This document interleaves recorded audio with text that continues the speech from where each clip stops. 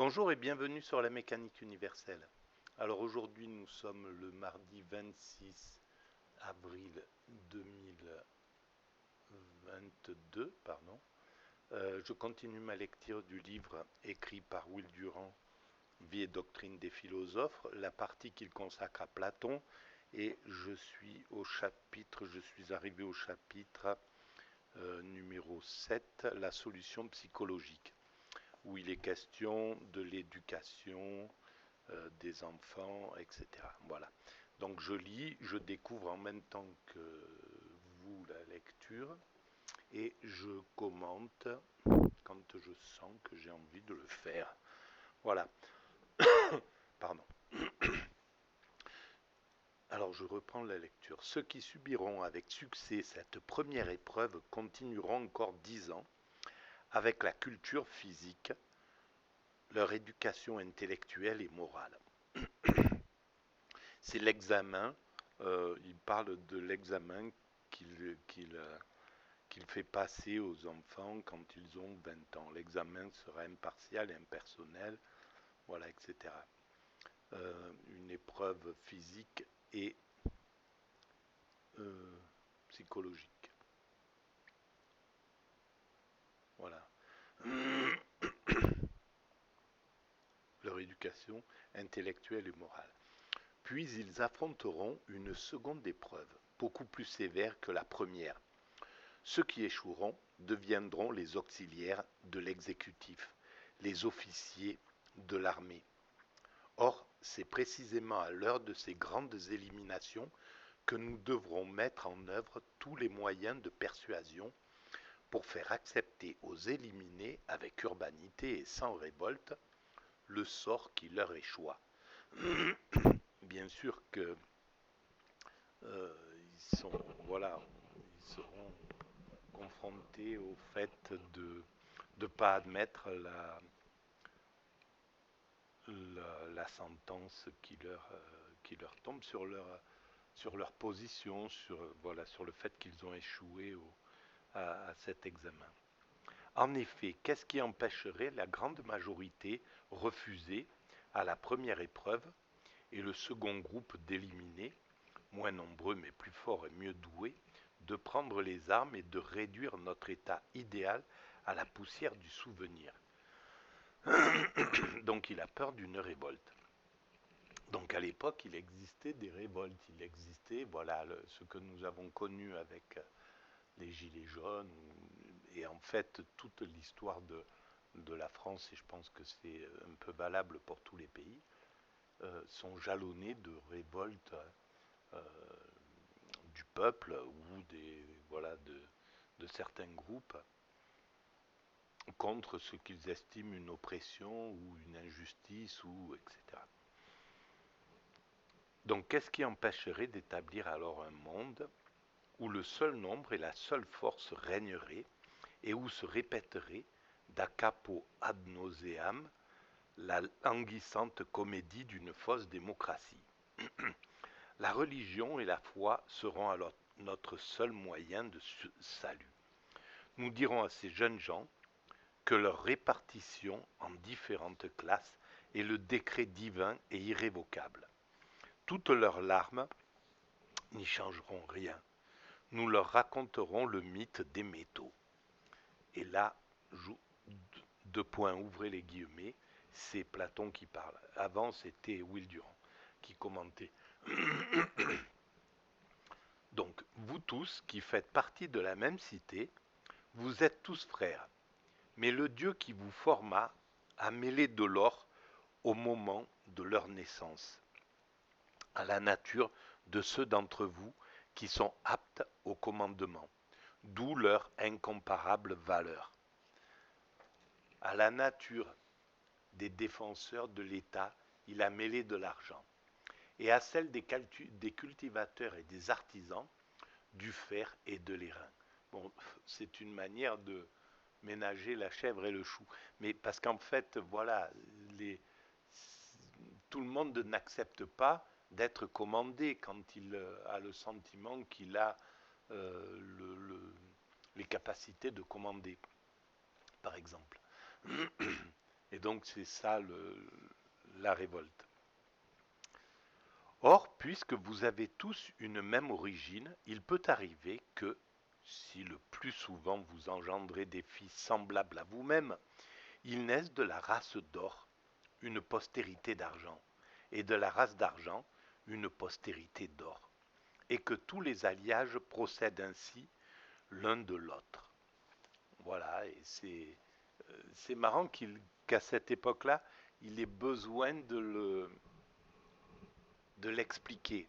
En fait, maintenant, on sait que voilà, on est adapté à cette situation-là. On est conscient que ça peut. Alors, ça n'empêche pas des révoltes, hein. C'est pour ça qu'on voit tant de souffrance dans les enfants de, de certaines célébrités, de certaines personnes qui sont montées au sommet et qui ne peuvent pas en fait dépasser le père, dépasser la mère, voilà. Et donc ça engendre des frustrations. Et ça, je pense que la psychologie réglera ce genre de problème à l'avenir. Parce que je pense que le travail psychologique en est à son balbutiement, à ses débuts. Et il y a quelques jours, j'ai lu sur une revue qu'en fait, des, des spécialistes pensaient que l'humanité atteindrait une sorte de zénith écologique, on pourrait dire, d'utilisation parfaite euh, de l'énergie propre, le soleil, le vent, euh, voilà, l'eau, etc. Dans 300 ans environ. Eh ben, je pense que dans 300 ans, la psychologie aura atteint sa grande maturité. Et donc, elle sera capable de gérer tous les problèmes psychologiques dès leur origine, de permettre à chaque être humain de vivre sans être encombré par ces problèmes psychologiques, par ces pathologies que nous avons tous, à plus ou moins forte densité, que nous subissons et dont nous ne sommes pas responsables. C'est notre enfance, c'est les traumatismes, euh, c'est un type d'éducation, voilà, c'est un choc émotionnel, c'est voilà, des choses comme ça qui vont faire que notre vie va être impactée et va souffrir, et parfois durant toute sa vie. Voilà, euh, un abus sexuel, par exemple, dans l'enfance, peut abîmer complètement une existence.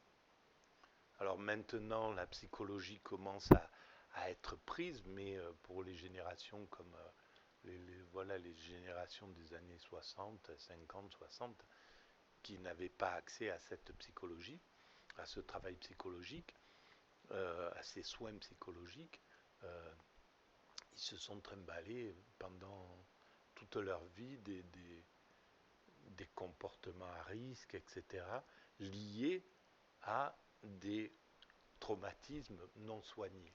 Alors on commence un petit peu à le faire, et alors c'est sur une partie de la planète. Hein, c'est voilà, on est infime, l'Occident qui a accès à ça. La plus grande partie n'y a pas accès. Et dans 300 ans, 300, 400 ans, on peut imaginer, si Dieu veut, uniquement, que nous serons, la psychologie aura fait de tels progrès que l'homme n'aura plus ce genre de problèmes et partout sur la planète. Je pense que dans 300 ans, l'unité universelle aura été concrétisée. La, la paix universelle aura été atteinte. Voilà, je pense que la dernière grande conflagration, une des dernières grandes conflagrations, est celle que nous sommes en train de vivre, qui montre à l'image de l'ensemble des autres prétendants et dominants les dangers qui font courir à l'humanité. Là, je pense que cette guerre en Ukraine est là pour montrer du doigt la possibilité d'une conflagration totale, parce qu'on pousse les Russes à cela, je pense. Hein. À mon avis, on est en train de, de les amener à, dans une sorte d'entonnoir d'où ils ne peuvent plus s'échapper et qui peut avoir voilà, des réactions vraiment violentes. Euh, je pense que c'est malheureusement le, la réaction de tout individu qui sent qu'il est acculé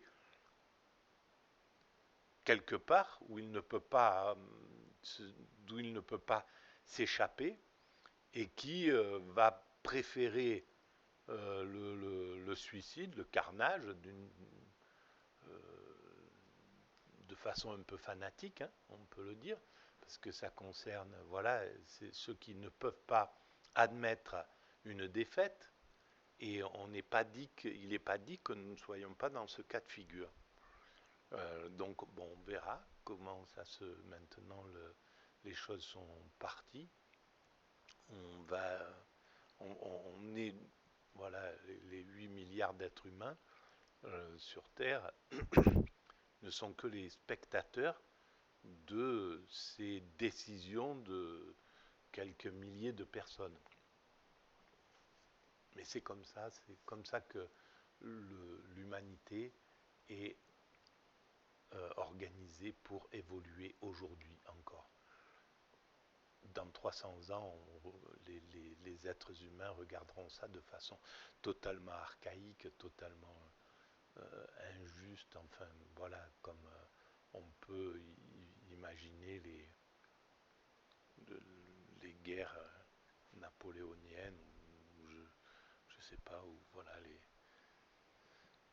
les tortures qu'infligeaient les Romains aux armées vaincues, voilà, cette barbarie, etc.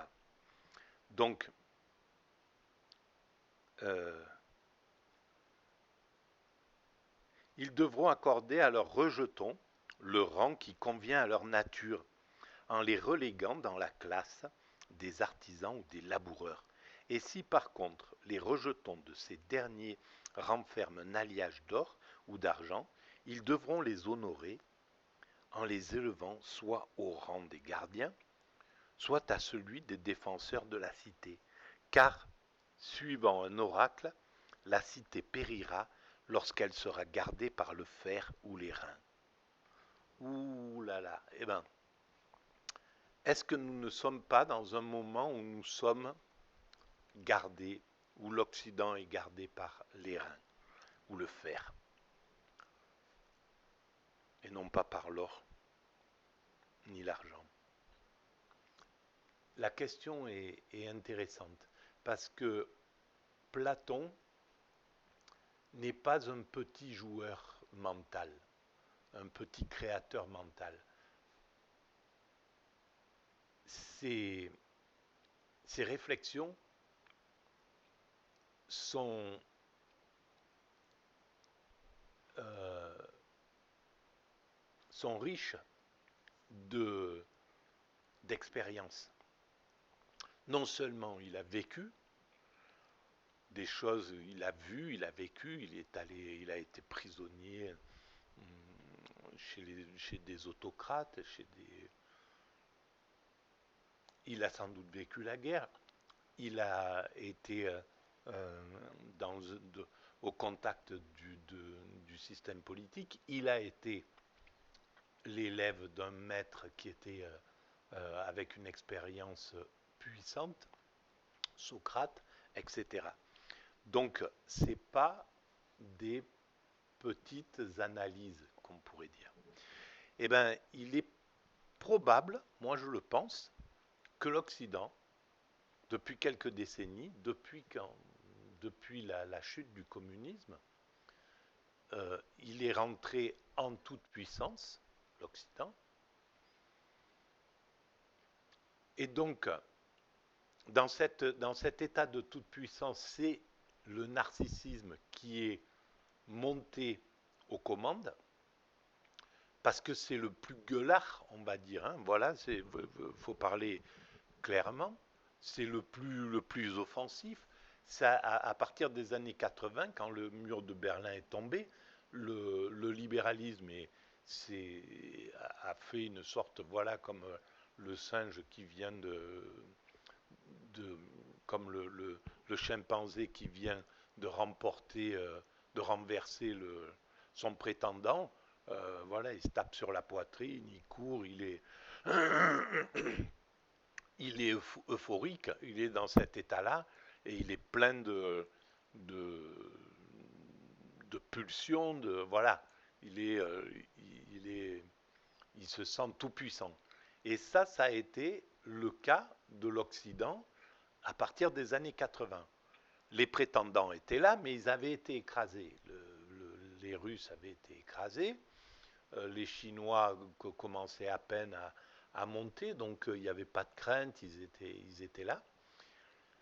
Et dans cet état-là, ce sont les narcissiques, ceux qui ont thésaurisé la lumière, qui se sont mis sur le devant de la scène, les Berlusconi, voilà, c'est ce type de chef d'État, de dominants, d'oligarques.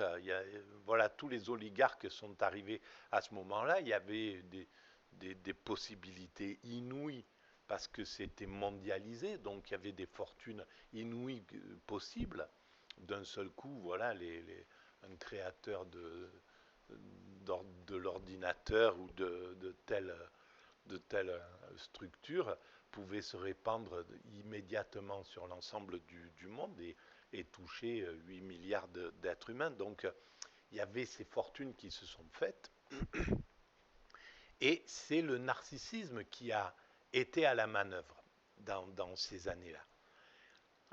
Et le problème du narcissisme, c'est que c'est ni l'or ni l'argent, c'est les reins, le narcissisme. Parce il s'imagine bien plus évolué, bien mieux, bien plus haut que ce qu'il n'est, en fait. Et donc, ça donne des chefs d'État qui n'ont pas, qui dopent leur charisme, voilà, grâce aux médias, etc., grâce à tout un tas de choses, ils arrivent à se faire survaloriser comme le narcissique, hein, en fait. Hein, il dit, regardez-moi, à force de le regarder, on détourne son propre regard de soi-même et on commence à aduler une personne et suivant ce qu'il dit de lui-même, voilà, on le vénère, etc. Et c'est un peu ce qui s'est passé. Et donc, ça donne des chefs d'État de fer ou d'airain, mais pas d'or et d'argent. Et alors là, suivant un oracle, la cité périra lorsqu'elle sera gardée par le fer ou l'airain. Donc, si cette analyse est juste, l'Occident risque de se retrouver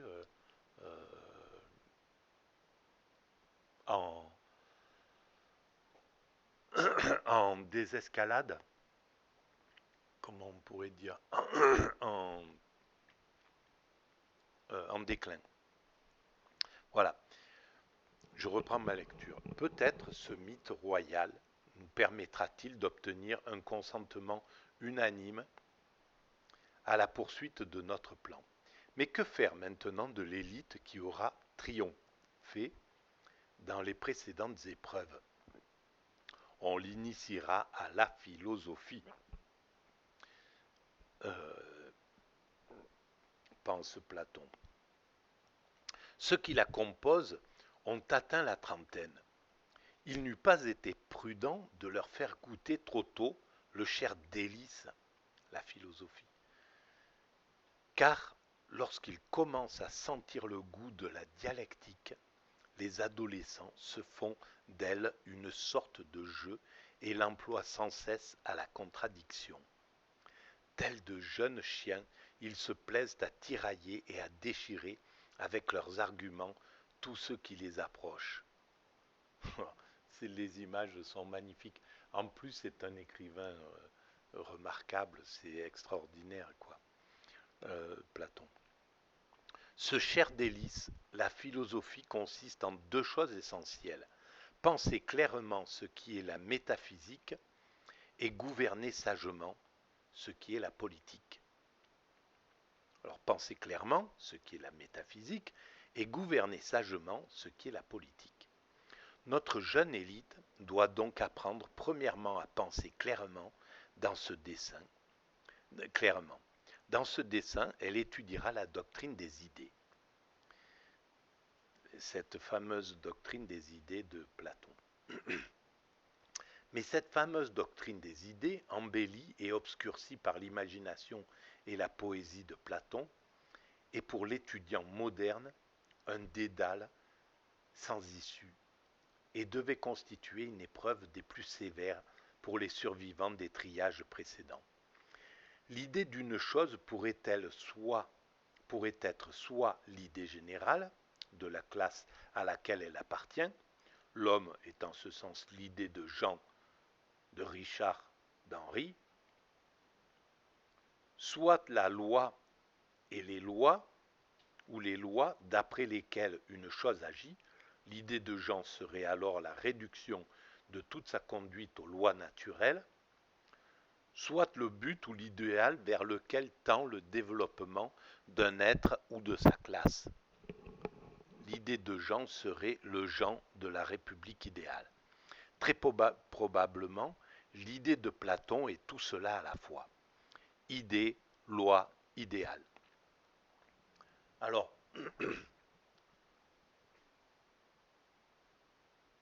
c'est très cohérent en fait, ce monde des idées, qui serait extérieur à ce monde, parce que je pense que c'est ça.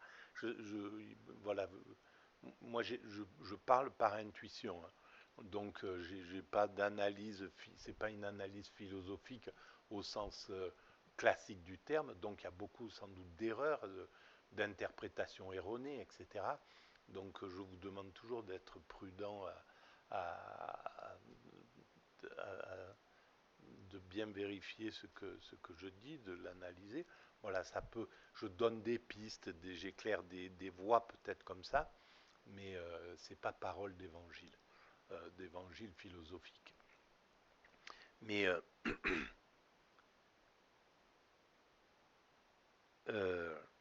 donc cette fameuse doctrine, donc, qui nous dit que il n'y a pas justement un monde.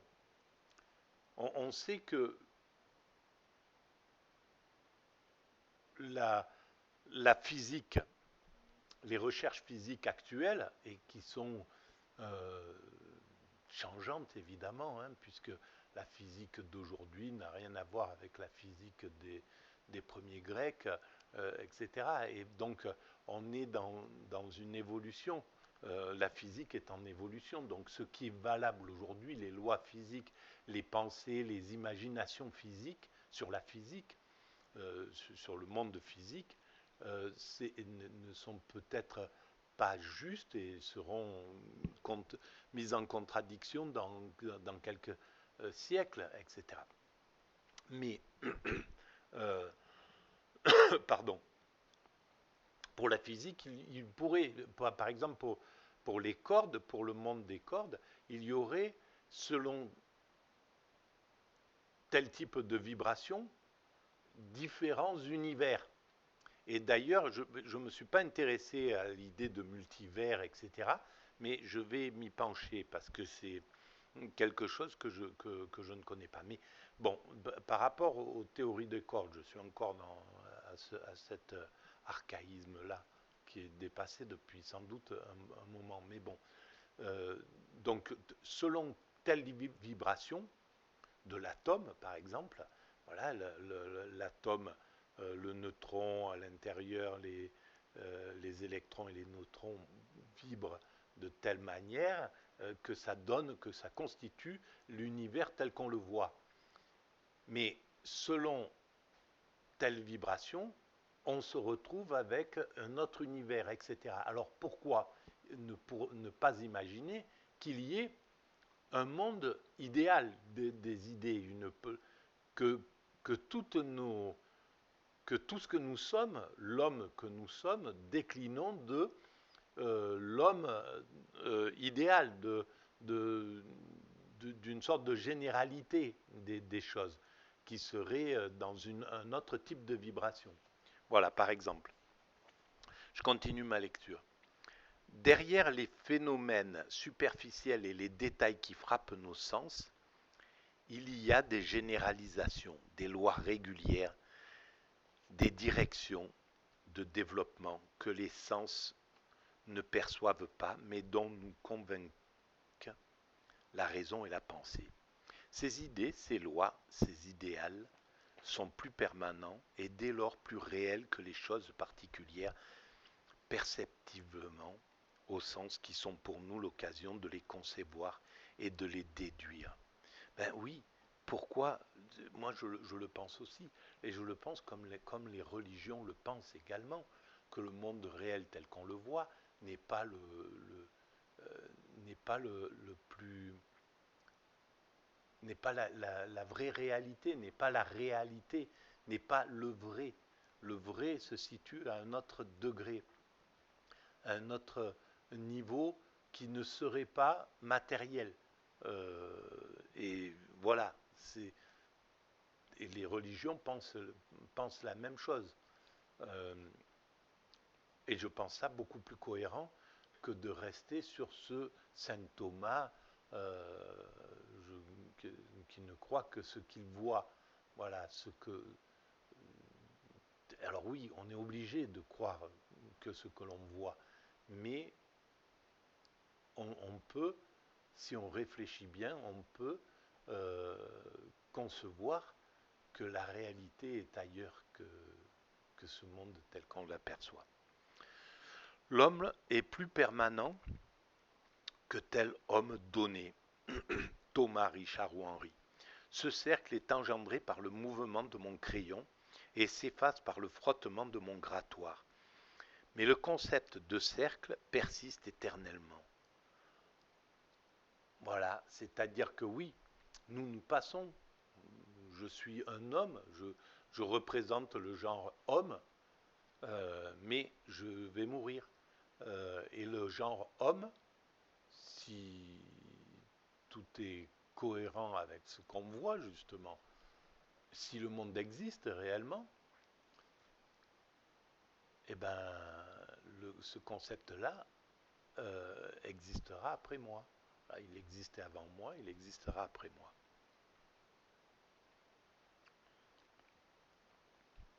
Voici un arbre qui est debout, en voilà un autre qui tombe. Mais les lois qui déterminent quels corps doivent tomber et quand et comment furent sans commencement, elles sont maintenant et seront toujours sans fin. Alors là, ça me rappelle que ces lois-là, c'est quelque chose dont je suis fier aussi dans mon, dans, dans les quelques petites choses que j'ai imaginées sur la mécanique universelle. Un arbre tombe. Je, on peut démontrer qu'il y a un déterminisme. Je pars à partir de l'accident. Demain, en France, il y aura, je ne sais pas combien, mais admettons 200 accidents de la route. Voilà, des voitures qui vont se rentrer dedans, qui vont se, voilà, il y aura un accrochage, un petit accrochage. Il y en aura 200, 250 chaque jour. Il y a tant d'accidents comme ça. Prenons-en un qui se passera à midi, entre midi et 1 heure, je ne sais pas où, mais quelque part, il se passera, forcément. Voilà. Il n'y a pas d'échappatoire à ce qui est cet accident, un accident demain, à tel endroit, on ne sait pas où encore, puisqu'il n'est pas encore là, et qu'on n'a pas le don d'ubiquité pour se projeter dans l'avenir, mais il y sera. À l'heure actuelle, nous sommes la veille, donc 24 heures avant, les deux protagonistes ne le savent pas, mais sont en train de travailler, d'agir pour cet accident, pour aller vers cet accident. Ils y vont quoi qu'il arrive. Voilà. Ils ne peuvent pas ne pas y aller. Chacun, et peut-être ils sont en train de dire, tiens, demain j'irai bien à tel endroit. Sa femme lui dit non, ou son mari lui dit non, ça, moi je préférerais qu'on aille à tel endroit, etc. Ben, voilà, il y a des discussions où il demande à son patron, est-ce que je dois vraiment aller là? Oui, peut-être. Le patron lui dit ça, etc. Donc ils sont en train d'avancer doucement dans cette chose-là. Oui, non, tout un tas de choses dont on croit qu'on a le choix. Ils pensent qu'ils ont le choix à chaque fois. Est-ce que je vais là-bas ou est-ce que j'y vais pas? Est-ce que je prends tel itinéraire ou tel autre itinéraire? Bon, ben, je vais prendre tel itinéraire, etc. Et ils y vont. Et demain, ils partiront, chacun de leur côté, chacun à leur heure. Voilà, ils diront, tiens, je partirai bien à 10 heures. Ben non, je vais peut-être partir à 11 heures. Voilà. Ils pensent qu'ils ont eu le choix. Quoi qu'il arrive, ils n'ont pas eu le choix parce que cet accident, ils l'auront. Donc, on pense qu'on a le choix. Mais en fait, à chaque fois qu'il y a deux choix qui se présentent à nous, il y a un choix qu'on ne peut pas prendre, qu'on pense, qu'on imagine, qui est une illusion. Je sors pas, donc ben, je décide de ne pas sortir. L'autre choix, je sors, c'était une illusion. C'était juste on pense qu'on avait ce choix-là, mais puisqu'on ne le prend pas, ça n'est pas un choix en réalité. C'est une illusion de choix. Voilà, parce que le vrai choix serait possible si on savait la finalité de ce qui va arriver. Et cette chose-là, on ne la sait pas, mais elle arrive. Donc, les choses sont déterminées, c'est ce que je veux dire. Tout est déterminé, il n'y a pas de hasard. Tout ce qui nous arrive doit nous arriver, devait nous arriver. On ne peut pas ne pas y échapper, parce que c'est comme ça, la construction du monde est comme ça. Voilà. Donc c'était pour ça. Voici un arbre qui est debout, en voilà un autre qui tombe. Voilà, c'était à ce sujet-là que je parlais de ça. Il y a, comme le dirait le doux Spinoza, un monde de choses perçues par les sens et un monde de lois déduites par la pensée. Nous ne voyons pas la loi des carrés inverses, mais elle existe et partout elle existait avant toute chose et elle existera encore quand le monde matériel ne sera plus qu'un souvenir. Voici un pont. La vue perçoit un bloc de béton et de fer, mais le mathématicien voit avec l'œil de l'esprit l'audacieuse et délicate adaptation de cette masse de matériaux aux lois de la mécanique et des mathématiques, lois auxquelles tout pont bien construit doit se conformer. Et on peut dire que c'est une magnifique chose à constater ce que l'homme a réalisé, ce que l'homme réalise. Même s'il le réalise mal, même s'il le réalise parce qu'il n'a pas de plan déterminé, il ne sait pas où il va pour l'instant. C'est quelque chose qui va bientôt changer. On va commencer à prendre conscience du but que l'on a à accomplir. Et que je décris sur la mécanique universelle. J'en décris un, je ne sais pas si c'est celui-ci.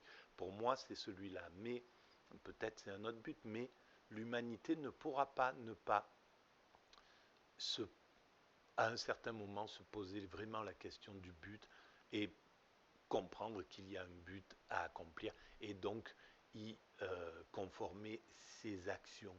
Ça soulagera complètement l'humanité. Au lieu d'avancer de façon désordonnée, de façon inconsciente, on avancera consciemment. Et donc on n'aura plus besoin de perdre du temps, comme aujourd'hui avec la guerre, à démolir pour reconstruire, à, à avancer avec la surdité, à, à avancer par pulsion, par instinct, mais on avancera par conscience, voilà, avec toutes les grandes valeurs que l'humanité a déjà découvertes, la fraternité, l'unité, etc., etc. Et si les mathématiciens si le mathématicien est en même temps poète, il verra ces lois qui soutiennent le pont. Si ces lois étaient méconnues, le pont s'écroulerait dans les flots qu'il surplombe. Ces lois sont le Dieu qui soutient le pont et tient son existence dans sa main. Aristote insinue cette interprétation de la doctrine des idées quand il dit que Platon entendait par idée ce que Pythagore signifiait par nombre. Lorsqu'il faisait des nombres l'essence des choses, entendant par là vraisemblablement que le monde tout entier est régi par des lois mathématiques, Plutarque nous dit que, d'après Platon, Dieu est l'éternel géomètre. Ou encore, suivant une pensée analogue de Spinoza, Dieu et les lois universelles de structure et d'opération sont une seule et même réalité. Bien sûr, bien sûr qu'il a raison Spinoza, bien sûr que Platon a raison. Dieu est l'éternel géomètre, Dieu et les lois universelles, comme le dit Spinoza, sont une seule et même réalité. Voilà Spinoza qui est aussi un de ces grands génies de cette grande aventure de la philosophie. Et dans la grande aventure de la philosophie, elle est à plusieurs étages, la philosophie. La philosophie, elle est, voilà, l'étage où se tient Platon, Spinoza, etc. C'est les philosophes qui se posent la question du sens de l'humanité, qui s'interrogent sur Dieu, sur le divin. En dessous, il y a ceux qui vont s'interroger sur l'homme tel qu'il est, sur la vie aujourd'hui, etc., qui vont prendre un, une partie de de, du comportement humain, de la vie, une partie de la vie humaine, et vont réfléchir là-dessus. C'est Freud avec, avec la psychologie, c'est euh, les Lumières, c'est sur, la connaissance, etc. Euh, ça peut être des réflexions sur les mathématiques, sur etc., etc. Bien sûr qu'il y a toujours une, il y a toujours un lien en somme avec le divin, avec la création, avec le sens de l'humanité. Mais il est secondaire pour ces philosophes-là. Pour les philosophes euh, de, qui englobe de façon totale la philosophie, euh, il, est, il est principal en fait. C'est Hegel, c'est voilà. Et voilà, à partir de là, par exemple, à partir de Hegel, Marx va réfléchir sur un compartiment de cette réflexion hegelienne, sur le matérialisme, sur le comportement entre les dominants, les dominés, etc., etc. Voilà. Voilà. Eh bien, je pense que je vais continuer. Maintenant, je suis parti sur sur ces, sur ces vidéos à longue distance. Alors on va le faire. Je doute que les gens tiennent jusqu'à là à cette écoute malhabile, maladroite. Et bon, bref. Donc, le 12 Spinoza, le pont, les mathématiques. Aristote insinue cette interprétation de la doctrine des idées quand il dit que Platon entendait par idée ce que Pythagore signifiait par nombre, lorsqu'il faisait des nombres l'essence des choses, etc. Plus tard que nous dit Dieu, voilà. Pour Platon, comme pour Bertrand Russell, les mathématiques sont donc l'indispensable prélude à la philosophie, et sa forme la plus haute, au fronton de son académie, Platon avait inscrit cette formule dantesque que personne n'entre ici s'il n'est géomètre. Voilà, ben je vais m'arrêter, oui, peut-être là alors en fait. Euh, ou alors non, je vais continuer. Voilà, ben ça c'est un trait de mon caractère qui se décrit. Tous les traits de mon caractère sont, sont, vont être complètement éclairés par non seulement mes psychologues et mes psychiatres euh, en connaissent un rayon sur ce trait, mais dans, mon, dans ces vidéos-là, à chaque fois, j'en libère un petit peu. Donc, sur la distance, on peut vraiment comprendre sans doute qui je suis bien mieux que ce que je ne le sais moi-même, parce que j'en sais pas grand-chose en fait sur ce que je suis, sur mon caractère. Je l'ignore pour la plupart des choses. Voilà. Alors je continue. Sans ces idées, concepts, lois et idéal, le monde serait pour nous tel qu'il doit apparaître au premier regard de l'enfant, une masse de sensations sans ordre et sans signification. Car les choses ne peuvent avoir un sens que par la classification et la généralisation, par la découverte des lois de leur être, des visées et des fins de leurs activités. Mais c'est exactement ce que je disais à propos de moi-même.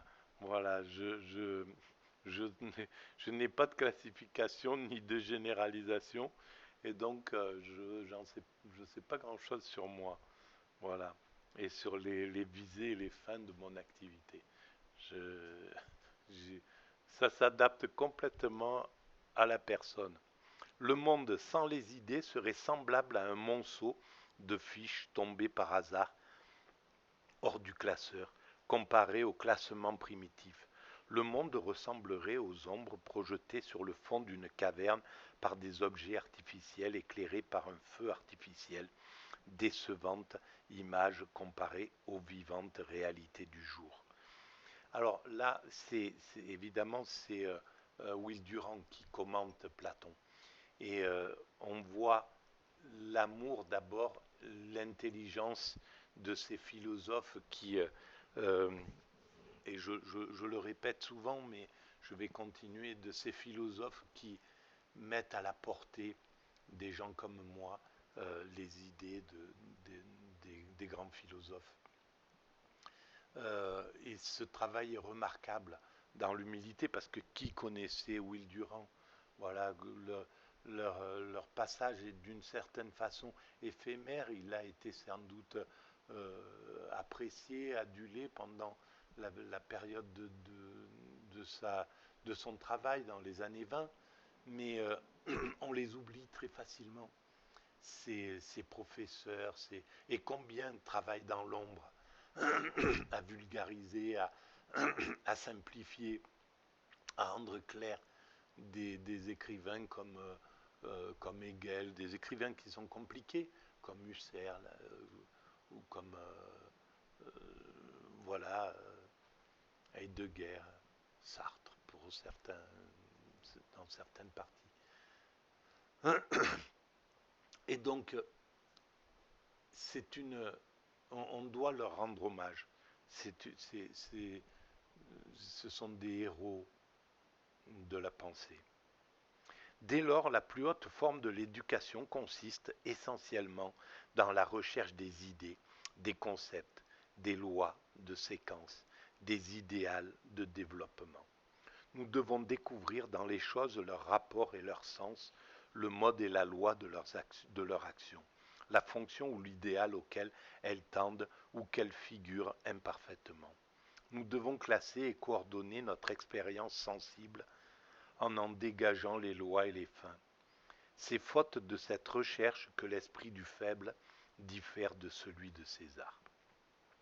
Eh bien, après avoir été formé pendant 5 ans à cette doctrine absconse des idées, à cet art de percevoir les formes conceptuelles, les séquences causales, les virtualités idéales au milieu du tumulte et des contradictions sensibles, après s'être exercé pendant 5 ans à appliquer ce principe à la conduite des hommes et au gouvernement des États, après cette longue préparation commencée dès l'enfance, poursuivie pendant l'adolescence et la maturité, jusqu'à 35 ans, nos candidats doivent être prêts, n'est-ce pas, à revêtir la pourpre royale et à remplir les plus hautes fonctions de la vie publique. Évidemment que pour former des, des dirigeants en or,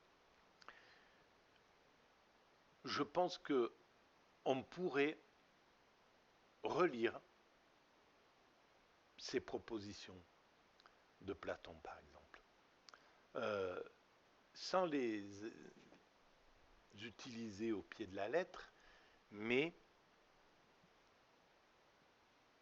les regarder un peu profondément. Quand il parle de la peur qui doit être affrontée, etc., etc. Tout un tas de choses. Euh,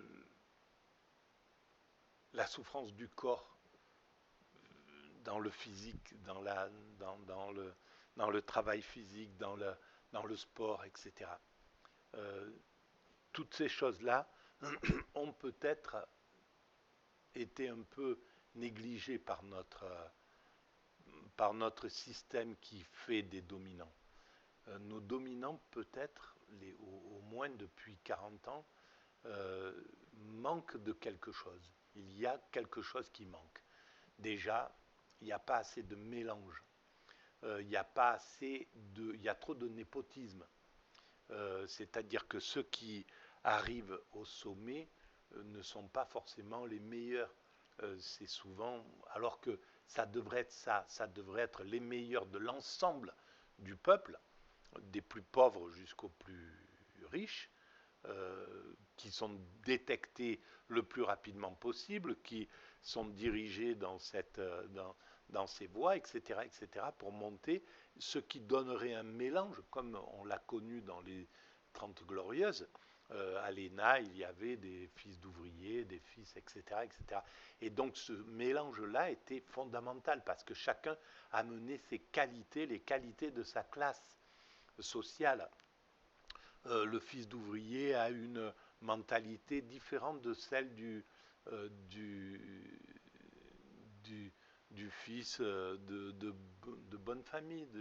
Voilà, un a plus d'éducation, sans doute, une meilleure éducation, une meilleure façon de se comporter socialement avec les autres. L'autre a une fluidité d'affection, de l'amitié, des choses, des valeurs un peu plus différentes, etc. Et ce mélange est extrêmement riche, donne le meilleur système. Et là, depuis les 30 depuis le début du néolibéralisme, on n'est plus dans cette voie-là. Et donc on a un problème. Hélas, alors, ne sont-ils pas enfin ces rois philosophes qui doivent gouverner la race humaine et la franchir? Voilà, alors donc jusqu'à 35 ans et à remplir les plus hautes fonctions de la vie publique. Voilà, ils sortent à 35 ans de cette formation et ils peuvent rentrer dans le système.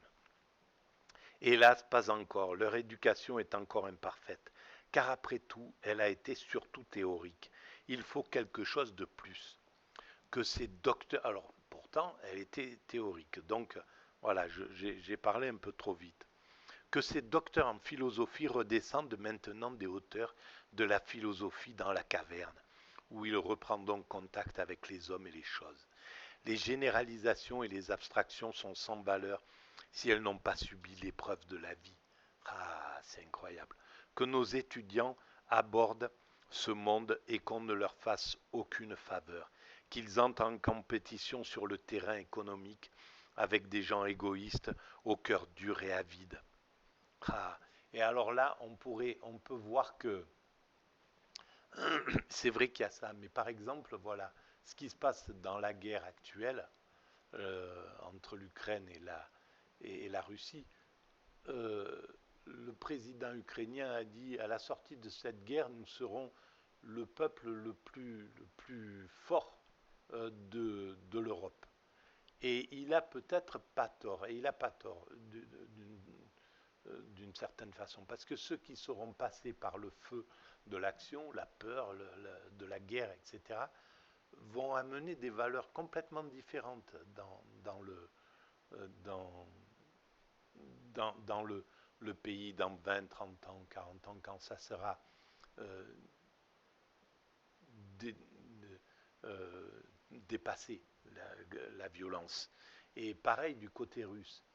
Donc, c'est peut-être, voilà, il y a peut-être quelque chose comme ça aussi, à travers la guerre. C'est triste à dire, mais parce qu'on est encore à ce niveau-là. Mais je pense que les peuples qui sortent de ces, qui en sortent sans être anéantis, hein, euh, ont quelque chose de plus que les peuples qui n'ont pas été à l'épreuve du feu, qui n'ont pas eu de grandes souffrances en somme. Sur le terrain économique, avec des gens égoïstes au cœur dur et avide, avec des hommes combatifs et astucieux. Donc il faut les mettre à ce contact-là. Ça, nos dirigeants, les dirigeants du néolibéralisme, ont cette aptitude. En fait, ils sont au contact très tôt. Les hommes politiques français, par exemple, depuis les Mitterrand, donc depuis le néolibéralisme, ont été confrontés au jeu, sur le terrain économique avec des gens égoïstes, au cœur dur et avide, avec des hommes combatifs et astucieux. Et donc, ça a donné un caractère apte au commandement, à la gestion, etc., etc. Et ils sont dans, dans ce sens-là de très bons dirigeants, même si c'est pas ce que ils ont eu. Il y a une grande différence avec les dirigeants qui ont été sous le feu de la guerre, comme les De Gaulle, etc. Voilà. Mais peut-être j'idéalise les choses aussi. Il faut faire attention à ça. Dans cette âpre lutte, ils apprendront au livre de la vie. Ils se meurtriront les doigts et s'écorcheront les genoux aux réalités du monde. Ils gagneront leur pain à la sueur de leur front altier. Cette suprême et décisive épreuve se prolongera sans merci pendant 15 ans encore. Donc de 35, 40 jusqu'à 50 ans. Quelques-uns de nos hommes d'élite céderont sous l'effort et seront submergés par cette dernière vague d'élimination. Ceux qui surmonteront l'épreuve arrivés à 50 ans, c'est peut-être ce qu'a vécu exactement Platon, et peut-être qu'il parle de lui en définitive. Là, tout couvert de cicatrices, rassis et confiants en eux-mêmes, dépouillés de toute vanité, d'école par le frottement de la vie, armés maintenant de toute la sagesse que la tradition, l'expérience, la culture et la lutte peuvent donner, ce sont ceux-là qui deviendront enfin automatiquement les chefs de l'État. Eh bien, je suis loin de pouvoir être un chef de l'État. Voilà. Bon, en tout cas, merci de votre écoute. On arrive au chapitre 8, la solution politique, qui sera la prochaine vidéo. Merci, à très bientôt. Au revoir.